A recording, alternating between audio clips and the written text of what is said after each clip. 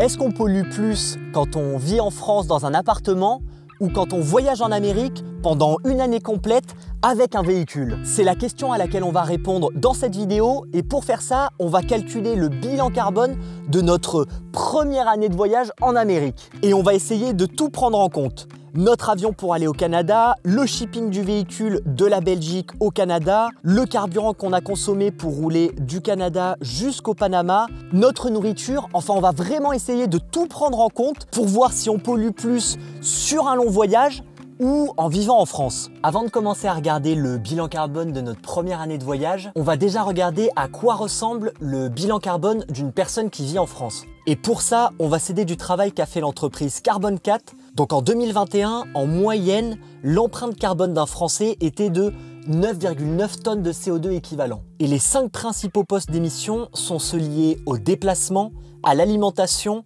au logement, aux achats et aux dépenses publiques. Alors attention, ça c'est une moyenne sur tous les Français. Ce que je veux dire par là, c'est que si chaque année vous avez l'habitude d'aller aux USA par exemple, votre bilan carbone est probablement supérieur à 9,9 tonnes. Pour vous donner un exemple, un aller-retour Paris-New York, c'est environ 2 tonnes de CO2 équivalent. Donc bien supérieur aux 0,4 tonnes de la moyenne des Français.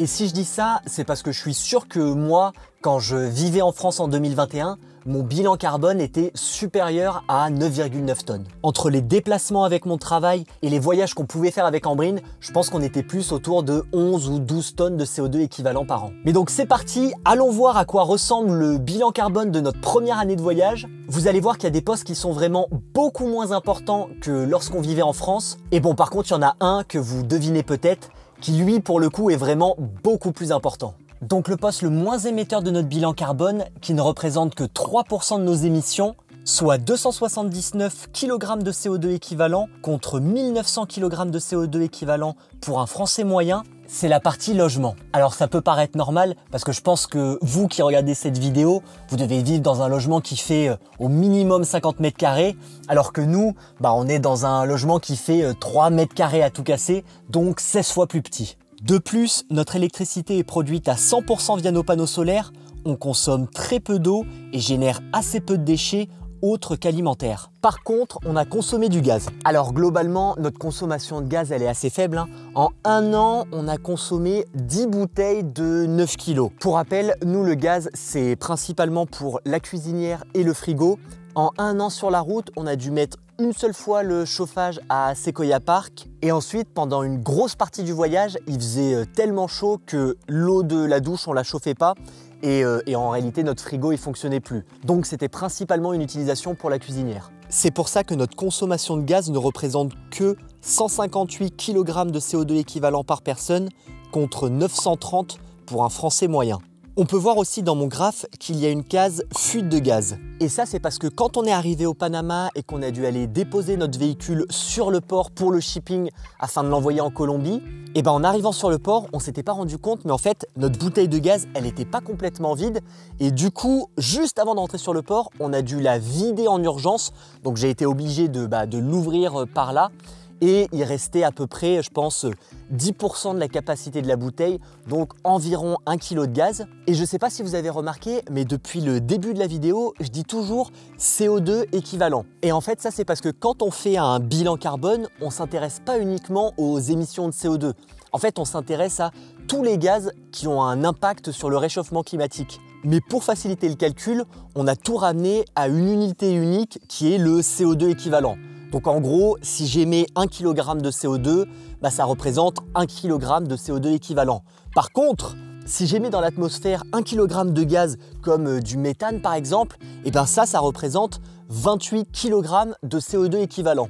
Parce que le méthane, il a un pouvoir de réchauffement sur le climat 28 fois supérieur à celui du CO2. Donc ça veut dire qu'en moins d'une minute, là en vidant ma bouteille de gaz avec le mec du port, et en laissant s'échapper ce kilogramme de gaz, en fait on a émis autant de CO2 équivalent que si on avait brûlé la totalité de la bouteille, donc en gros ce qu'on brûle généralement en un mois. Donc la morale de l'histoire, c'est avant d'aller déposer votre véhicule sur le port pour un shipping, pensez à bien vérifier que votre bouteille de gaz est vide et si elle n'est pas complètement vide, faites-vous des pâtes ou cuisinez quelque chose pour vraiment la vider au maximum.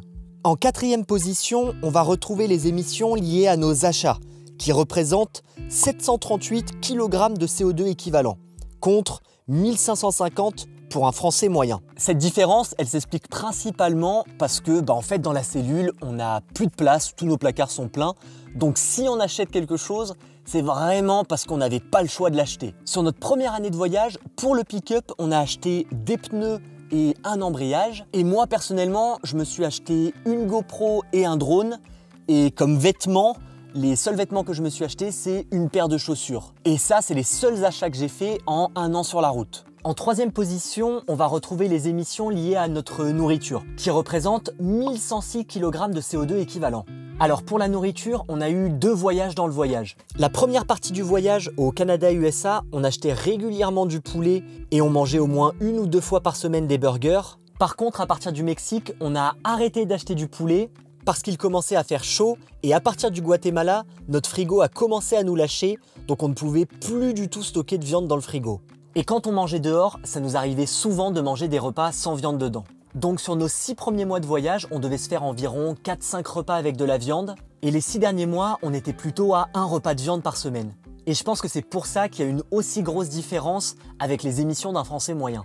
Bon, et je vous rassure, dans mon bilan carbone, j'ai bien pris en compte ma consommation quand même assez importante de fromage.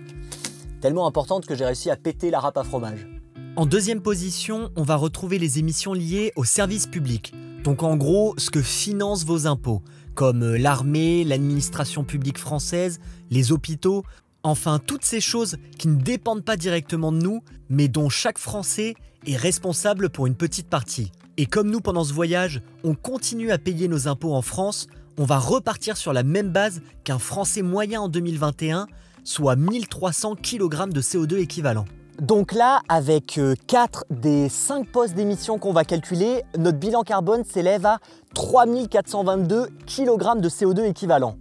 Là où celui d'un Français moyen s'élèverait à 7200 kg de CO2 équivalent. Mais bon, vous allez voir que le dernier poste d'émission lié à nos déplacements va venir exploser notre bilan carbone. Et juste avant de vous le présenter, je précise que réaliser des bilans carbone pour des sites industriels ou tertiaires, réaliser des audits énergétiques, enfin toutes ces thématiques autour de l'environnement, c'est mon métier de base. D'ailleurs, et comme en 2025, je serai de retour en France, si vous êtes une entreprise tertiaire ou industrielle et que vous voulez réaliser votre bilan carbone, faire un audit énergétique, un audit sur la gestion de vos déchets, de l'eau, enfin toutes ces thématiques autour de l'environnement, vous pouvez m'envoyer un mail à ambrineetdamien@gmail.com. Je remettrai l'adresse mail dans la description de cette vidéo et je vous recontacterai via mon adresse professionnelle. Et même chose, si vous êtes une école d'ingénieur, une école de commerce ou une université et que vous avez besoin que quelqu'un vienne donner des cours ou fasse de la sensibilisation sur ces thématiques, vous pouvez m'envoyer un mail à ambrineetdamien@gmail.com parce que c'est aussi quelque chose que je fais depuis maintenant plus de 7 ans, donc je commence à avoir l'habitude. Bon, et maintenant on va parler de notre plus gros poste d'émission et de très loin. L'avion, on l'a vu, un aller pour faire Lyon-Halifax, c'est à peu près 1 tonne de CO2 équivalent par personne.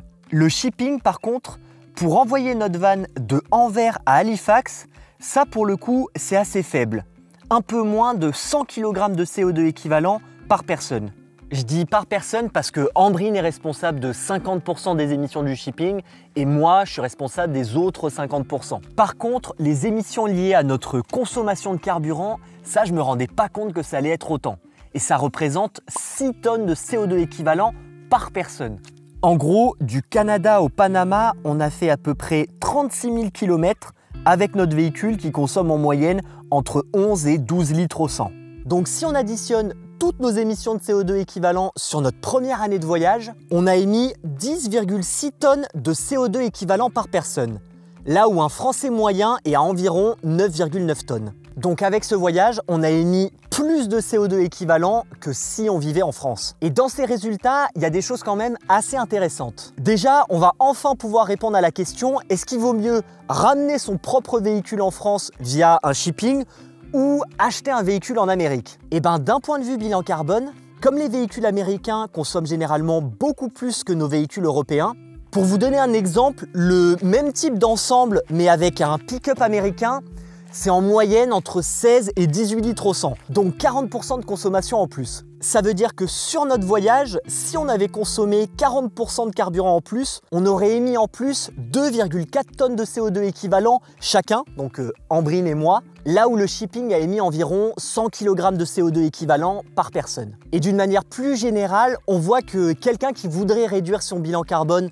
sur un long voyage comme ça, alors faire comme on a fait, c'est-à-dire ne presque rien acheter, essayer de manger assez peu de viande et utiliser peu de gaz, c'est très bien car ça permet de limiter la casse. Mais la chose la plus importante, c'est vraiment la consommation du véhicule. Et là, il n'y a pas 36 solutions. Il faut soit avoir un plus petit véhicule qui consomme moins, ou sinon faire moins de kilomètres. Alors je sais que certains vont dire dans les commentaires que comparé à des gens qui tous les ans partent 3 semaines aux USA et donc font un aller-retour en avion, plus les émissions liées à leur vie en France, ben c'est mieux de faire un long voyage comme ça sur plusieurs mois ou années et ensuite, quand on rentre en Europe, ben rester en Europe pendant les années qui suivent. Et là-dessus, je suis tout à fait d'accord et c'est d'ailleurs pour ça qu'on a décidé de faire ce très long voyage. Mais en tout cas, dans notre cas, on ne peut pas dire que même avec notre vie dans 3 mètres carrés, on émet moins de CO2 qu'une personne qui vit en France. Après, des familles qui font ce type de voyage, mais qui vivent à 4 dans un véhicule qui consomme à peu près autant que le nôtre, n'auraient peut-être pas les mêmes résultats. C'est pour ça que si vous voulez calculer le bilan carbone de votre voyage,